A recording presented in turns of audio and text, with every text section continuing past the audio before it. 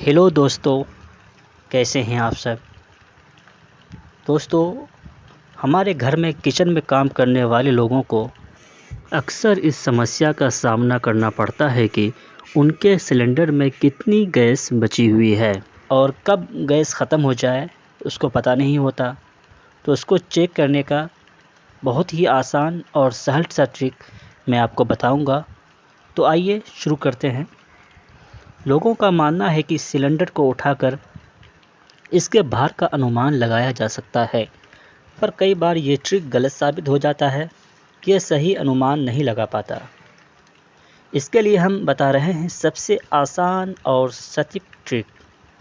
सबसे पहले आप भीगा हुआ कपड़ा लेकर सिलेंडर को ढक दें।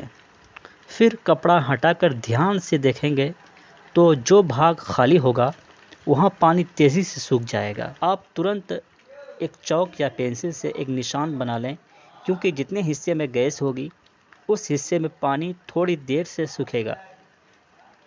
ऐसा इसलिए होता है कि सिलेंडर का जो हिस्सा खाली होता है वो गर्म रहता है और जिस हिस्से में गैस भरी होती है वह हिस्सा पहले के मुकाबले में ठंडा रहता है, इसलिए वहाँ पानी बाद में सूखता है।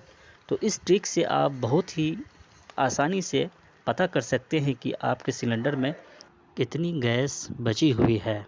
तो दोस्तों, आपको ये ट्रिक कैसा लगा कमेंट बॉक्स में ज़रूर बताएं। Thank you very much.